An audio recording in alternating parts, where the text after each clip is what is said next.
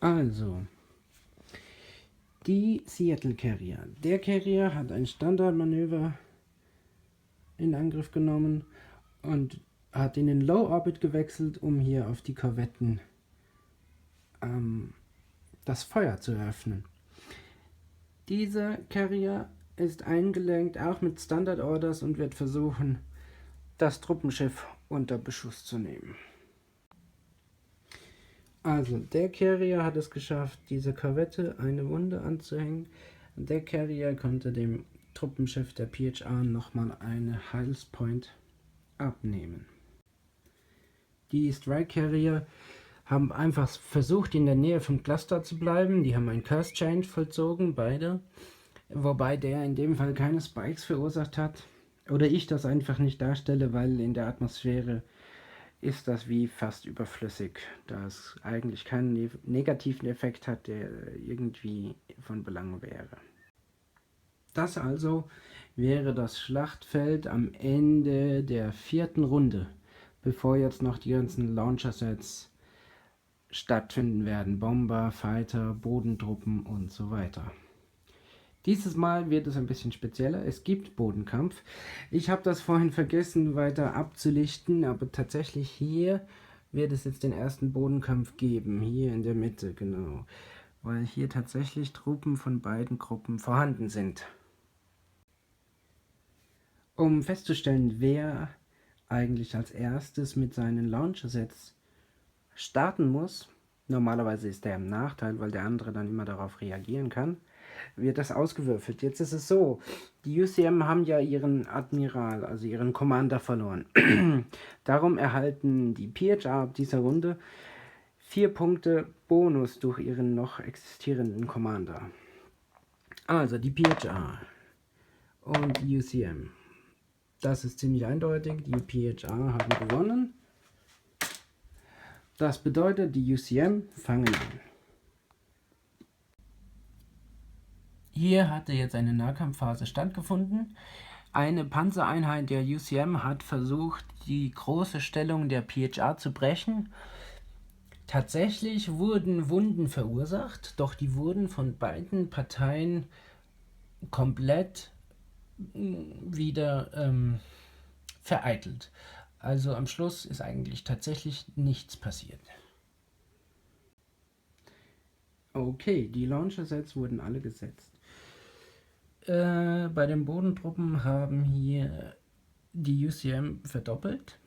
Hier wurden einige Bomber raufgeschickt und die UCM hat ein paar Jäger zur Verteidigung geschickt. Der Jakarta wird ja dann auch noch helfen können.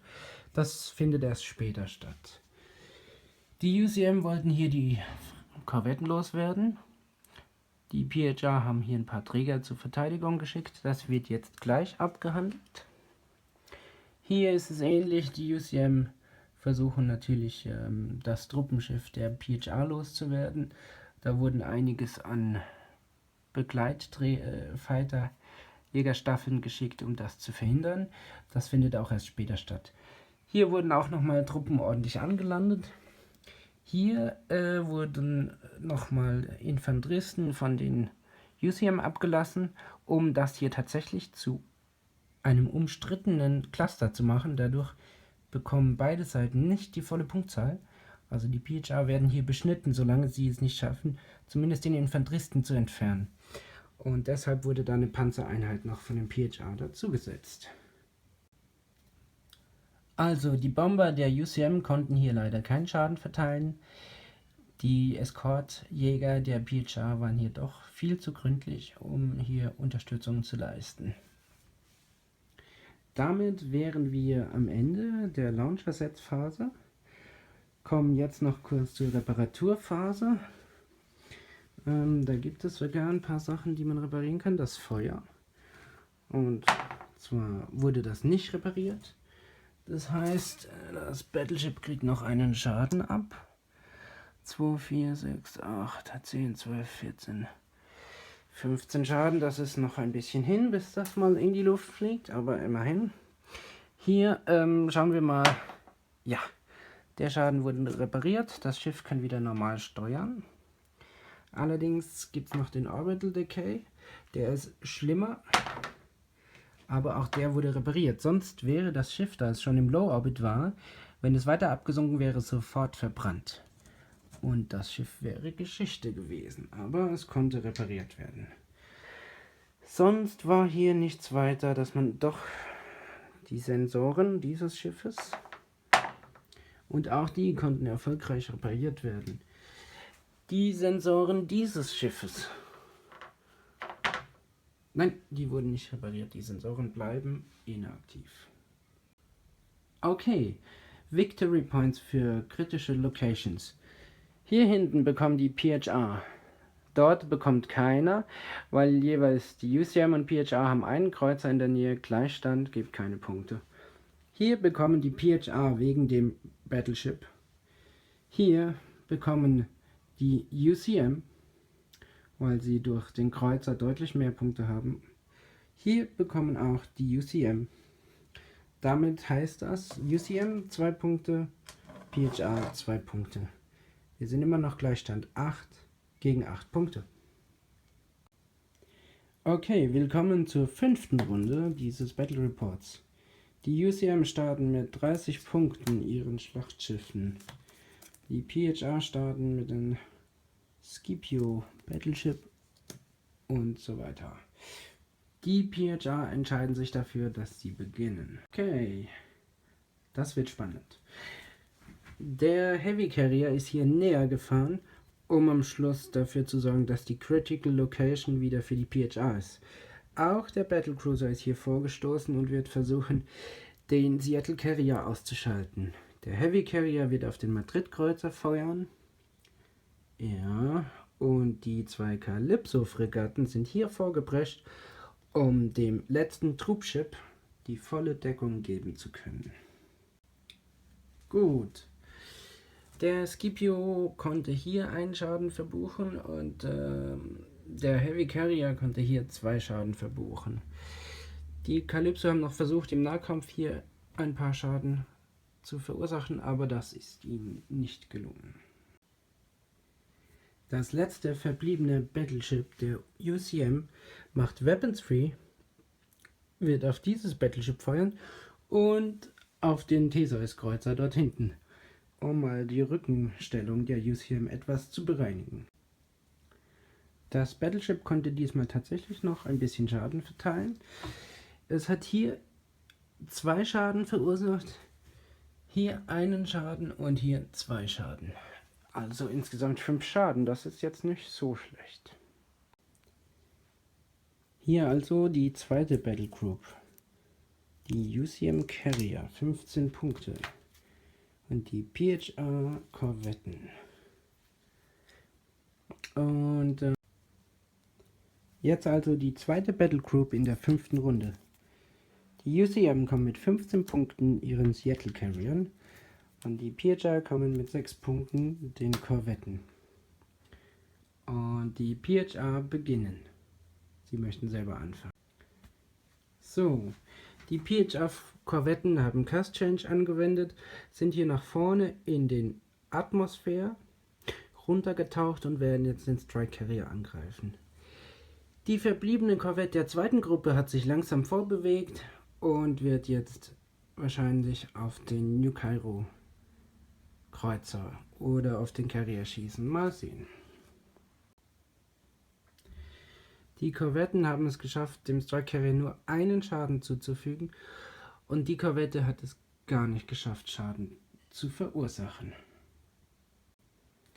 Also, der Carrier hat einen Standardorder sich hier nach vorne bewegt und wird versuchen, den Strike Carrier zu schaden, was natürlich sehr schwierig ist. Der Carrier hat sich hier auch in Standardorders nach vorne bewegt und wird versuchen, hier den Calypso-Fregatten Schaden zu machen. Beide Seattle Carrier konnten es nicht schaffen, ihren Zielen Schaden zu verursachen. Aber wie gesagt, das war auch ein sehr schwerer Versuch. Dass das überhaupt geglückt hätte, wäre schon sehr, sehr erfolgreich gewesen. Hier also zur dritten Battle Group. Die Lima-Fregatten mit den 22 Punkten. die PHR Battleships mit 30 Punkten. Tja, so wie es aussieht, würde ich sagen, kommen die UCM zuerst. Okay, also beide New Cairo Kreuzer haben den Curse Change Order ausgeführt, um vielleicht jetzt noch ihre Torpedos abzuhängen. Das wird sich gleich noch zeigen. Auf jeden Fall haben sie vor, beide auf das Battleship, das schon recht angeschlagen ist, zu feuern. Die Lima-Fregatten haben sich weiter vorbewegt und haben einen Aktivscan auf den Truppentransporter der PHR ausgeführt, mit Erfolg, und sogar noch einen Minor Spice hinterlegt. Okay, also die New Cairo Kreuzer haben es geschafft, das Flaggschiff der PHR in die Luft zu sprengen. Die Explosion war relativ gewaltig, aber an einem kleinen Ort, also ziemlich zentral, und hat eigentlich kein Schiff am Rande berührt. Die Nahkampfwaffen der New Cairo Kreuzer haben hier noch einen Schaden verursachen können, und jetzt werden wir mal sehen, was mit den Torpedos passiert.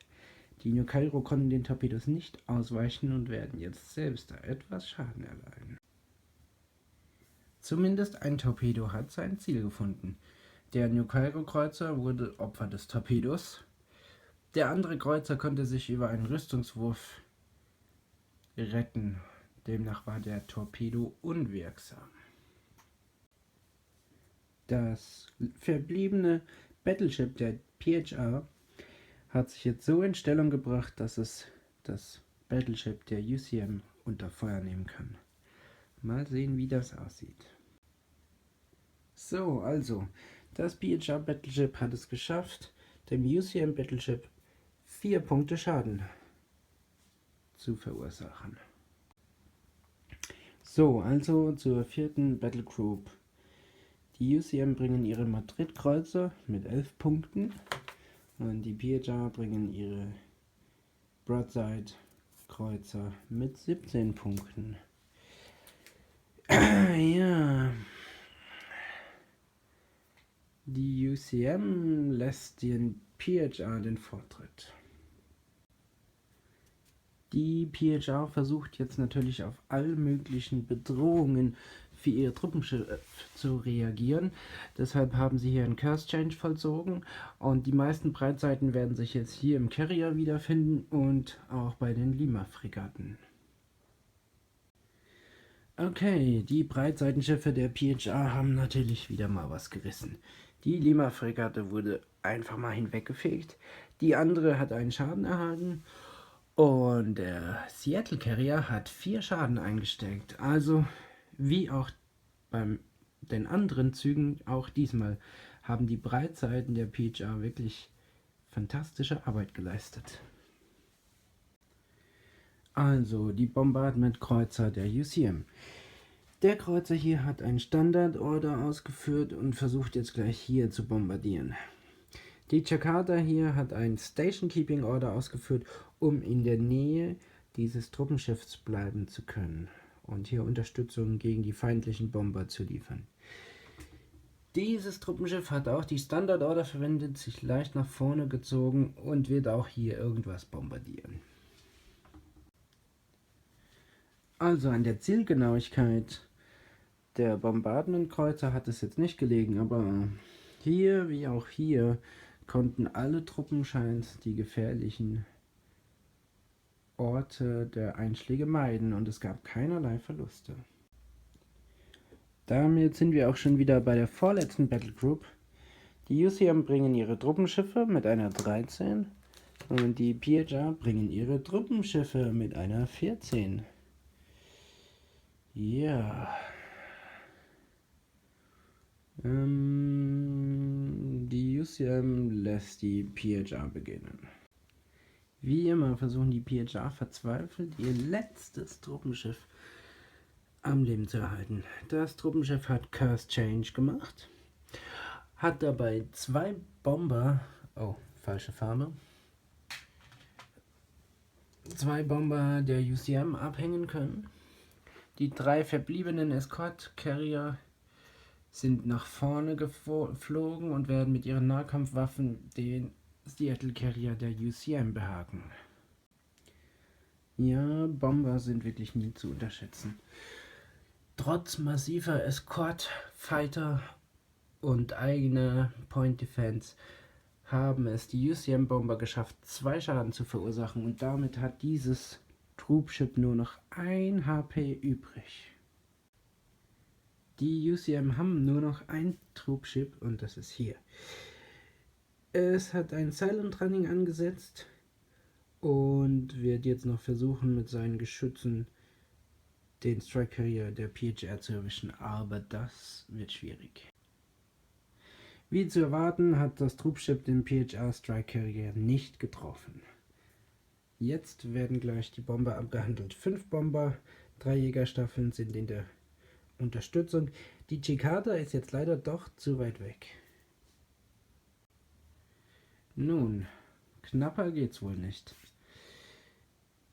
Das PHR Troopship hat nur noch ein Leben übrig und dem UCM Troopship geht es jetzt nicht anders. Noch ein Health Point und es ist Boom.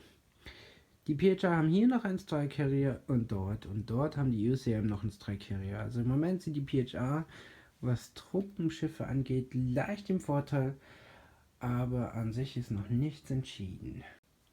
Okay, hiermit die letzte Battle Group. UCM den Strike Carrier und Nahkampffregatten mit einer 7. Die PHR haben ihre Strike Carrier mit einer 3. Die PHR fangen an. Nachdem ich festgestellt habe, dass Special Orders im Atmosphärenlayer eigentlich überhaupt keinen Nachteil bieten, da man im Atmosphärenlayer sowieso nur auf Scanreichweite ertastet werden kann, falls ich da nicht wirklich irgendwas falsch gelesen habe, dann folgendes. Der PHR und der PHR Strike Carrier machen einfach nur ein Station Keeping und bleiben stehen, wo sie sind. Das war's. Und auch hier, der Strike Carrier der UCM macht Station Keeping und die anderen beiden machen eine Standard Order und werden jetzt versuchen, noch das PHR Battleship anzukratzen. Okay, die Nahkampffregatten sind im Low Orbit und das Battleship ist im High Orbit, darum haben sie es geschafft, gerade so einen Schaden zu verursachen. Das Battleship ist aber immer noch recht stabil. Und hier sehen wir jetzt eigentlich das Ende der 5. Runde, bevor wir jetzt gleich mit dem Launcher-Set weitermachen. Okay, die PHR haben den Wurf für die Launcher-Sets gewonnen, also die Initiative.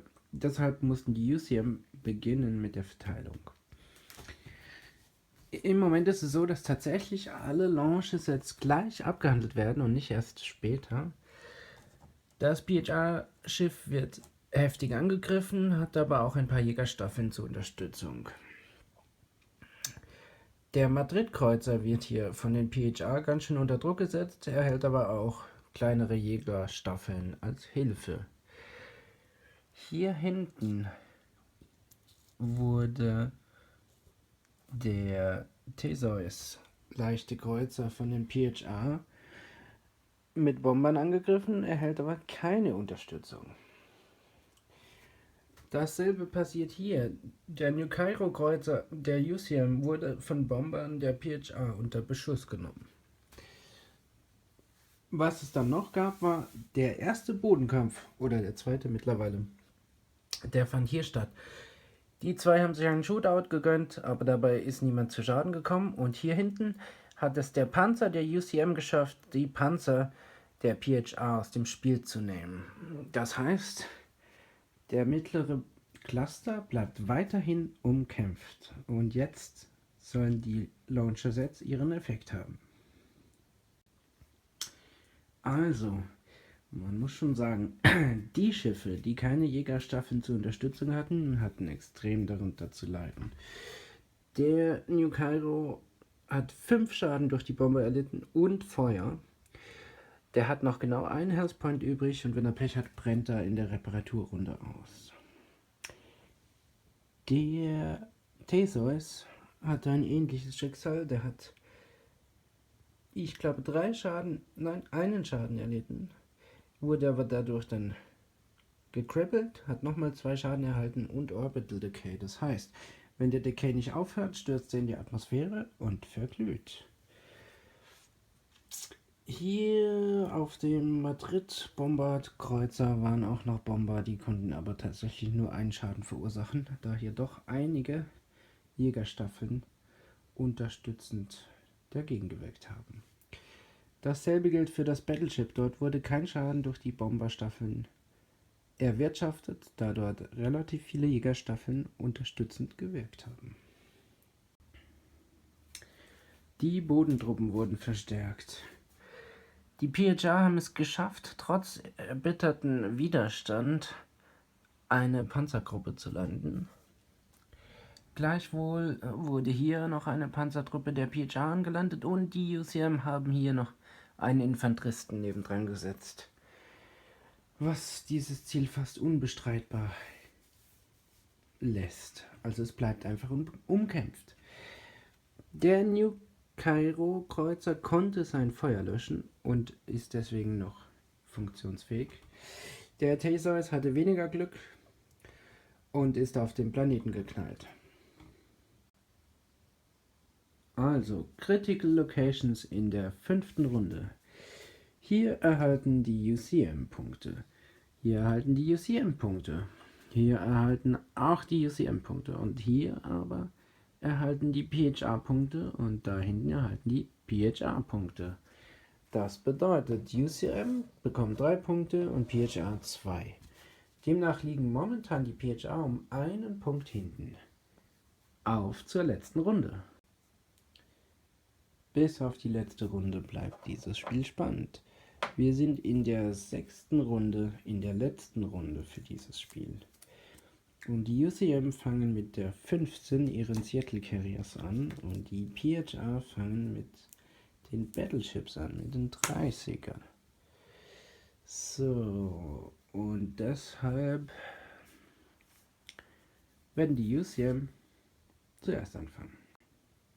Okay, die Seattle Carrier haben beide ein Standardmanöver genommen. Dieser hier möchte dafür sorgen, dass der Cluster wieder für die UCM zählt und wird das Feuer auf die Europa-Fregatten eröffnen. Der andere Carrier ist hier reingeschwenkt und wird das Feuer auf das Battleship der PHA eröffnen. Okay. Der Seattle Carrier konnte dem Battleship einen Schaden zufügen und der Seattle Carrier konnte die Europa-Fregatte zerstören. Ich habe noch die Nahkampfwaffen der Seattle Carrier vergessen. Der hat versucht, hier noch Schaden zu machen, das hat nicht geklappt. Und der hat versucht, die Calypso zu schaden und das hat geklappt. Ein Schadenspunkt auf die andere Calypso. Okay. Das Battleship hat Station Keeping angewandt, sich etwas gedreht und wird den beiden Fregatten hier jetzt einheizen. Ach ja. Und es ist natürlich in den Low Orbit gewechselt. Tja, die Würfel wollen nicht immer. Das Battleship hat es geschafft, der Fregatte 2 Schaden zu machen. Mehr ist daraus nicht geworden.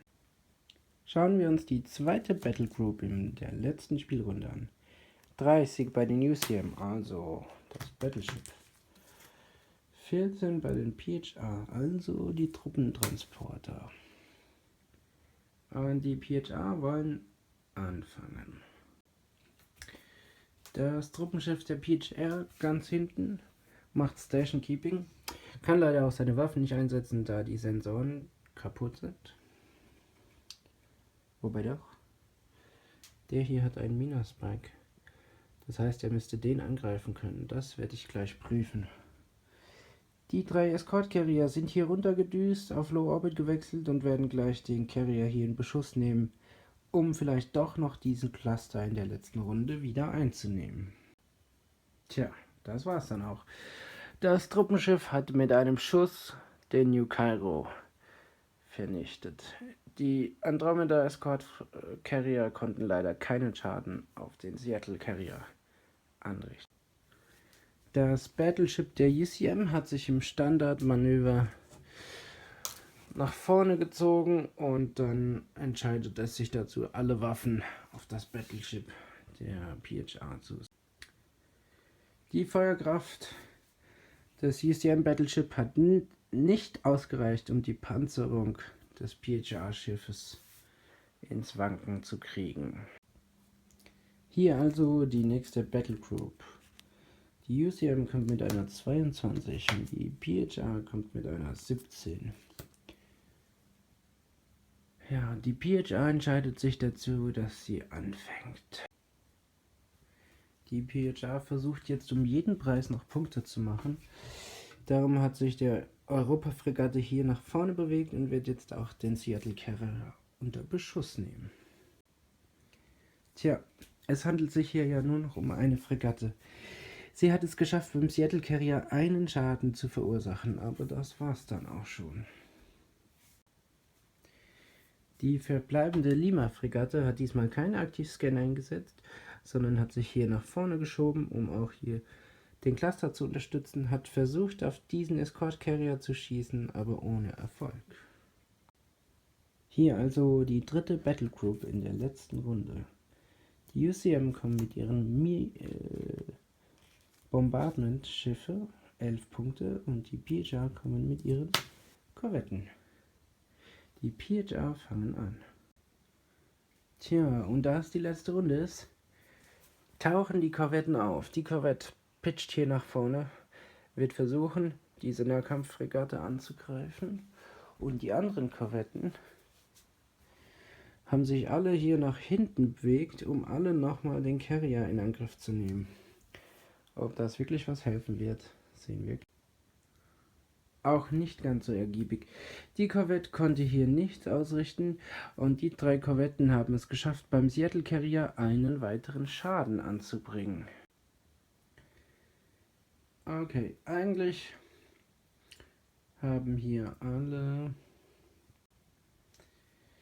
Die Madrid-Kreuzer haben nichts Großartiges gemacht. Station Keeping, Standard Order. Wollte auf das Battleship schießen, hat aber nichts getroffen. Der hier hat bombardiert, aber nichts getroffen. Das war's dann auch schon. Damit kommen wir zur vorletzten Battle Group. Die ist hier mit einer 7. Die PHA mit einer 22. Tja, und da von dieser 7 ist eigentlich nichts mehr. Doch, die Nahkampffregatten. Ja, die UCM wollen beginnen. Der S3-Carrier macht Station Keeping und die anderen beiden machen auch Station Keeping und werden jetzt gleich wieder versuchen, dem PHA Battleship etwas zuzusetzen. So, die Nahkampffregatten konnten dem Battleship einen Schaden zufügen und der Strike Carrier hat mit einem Glückstreffer die Korvette ausgeschaltet. Das Scipio Battleship hat sich mit einem Curse Change hier in die Mitte geschoben und wird jetzt auch versuchen, das Feuer auf den Carrier dort hinten zu richten. Der Heavy Carrier hat sich auch hier ins Mittelfeld geschoben und wird auch auf diesen Carrier schießen. Die Calypso-Fregatten sind hier weiter rüber und versuchen, das Truppenschiff später möglicherweise noch vor Bomberangriffen zu beschützen. So, also, das Scipio Battleship hat es nicht geschafft, jeglichen Schaden zu verursachen, aber der Heavy Carrier hat mit seinem Band-True Laser den Seattle Carrier zerlegt und mit dem Curse Change hat er es wieder geschafft, dem Torpedo auszuweichen. Unglaublich, dieser Torpedo kommt einfach nicht mehr zum Einsatz. Die Calypso-Fregatten konnten hier einen Schaden anbringen. Hier also die letzte Battlegruppe in der letzten Runde. Die UCM mit ihren Truppenschiffen 13 und die PHA mit ihren Strike Carriers 3. Die PHA wollen anfangen. Die PHA Strike Carrier haben wieder Station Keeping betrieben, Haben hier versucht zu bombardieren, haben da versucht zu bombardieren, aber leider jedes Mal erfolglos. Das letzte verbliebene Truppenschiff macht Station Keeping und feuert noch auf den PHR, auf das PHR Battleship. Wie zu erwarten, konnte das Truppenschiff gegen das Battleschiff nichts ausrichten. Damit sind wir beinahe am Ende der Fahnenstange. So sieht das Schlachtfeld am Ende der 6. Runde aus, nachdem alle Battlegruppen an der Reihe waren. Aber was jetzt noch kommt, sind die Bomber, Fighter und vielleicht noch ein paar Truppenlandungen. Es sieht so aus. Das Territorium gehörte ziemlich eindeutig den UCM. Das Territorium war noch relativ speziell. In einem Kampf hätte sich vielleicht noch entscheiden können, ob die PHR das alleine haben. Aber die UCM konnten nochmal Truppen anlanden und deshalb bleibt dieses umkämpft. Und dieses ist ganz klar den PHR. So, das Einzige, was also jetzt noch Unterschiede macht, sind kritische Locations. Und die einzigen, die sich noch verändern könnten, ist diese hier. Wenn das Battleship diese Runde nicht überlebt, dann haben die UCM hier diese kritische Location, sonst haben es die PHR. Darum haben alle UCM-Bomber dieses Battleship angegriffen und alle PHR-Fighter versuchen das jetzt zu verteidigen. Das ist die Endschlacht um dieses Battleship. Das PHR-Schlachtschiff steht noch. Die massive Jägerschutzmannschaften haben es geschafft, alle UCM-Bomber auf Distanz zu halten und deswegen hat das Schlachtschiff keinen weiteren Schaden erlitten. Jetzt geht es also zur direkten Abrechnung. Und zwar, die UCM erhalten hier einen kritischen Punkt. Dann erhalten die UCM dort hinten einen kritischen Punkt und dort hinten einen kritischen Punkt. Die PHR natürlich. Die UCM erhalten hier und hier einen kritischen Punkt. Und damit ist es tatsächlich Gleichstand. Also anhand der kritischen Punkte haben wir Gleichstand. Und gleich geht's weiter mit den Punkten für die Clusters. In diesem Sinne würde ich mich also erstmal verabschieden. Hier nochmal kurz, alle weißen Schiffe sind natürlich zerstörte Schiffe. Man sieht hier deutlich, die UCM haben höhere Verluste erlitten als die PHR, was Modellanzahl angeht. Ob das jetzt bei Punkten so ist, das werde ich jetzt nicht nachrechnen. Falls das Interesse bei euch besteht oder entsteht, weitere Battle Reports mit meinen Schablonen und meiner Art der Darstellung zu sehen, dann dürft ihr das gerne in der Comment-Section vermerken. Das kann dann durchaus sein, dass ich nochmal 1999 Punkte, vielleicht dann mal Scourge gegen Shaltari antreten lasse, wenn da ein Interesse da ist und wenn ich da auch die Rückendeckung von Hawk War Games habe. Ich bin da immer noch ein bisschen am Fragen und schauen, wie viel darf man überhaupt von den Battle-Regeln verraten. Also, bis dann und tschüss.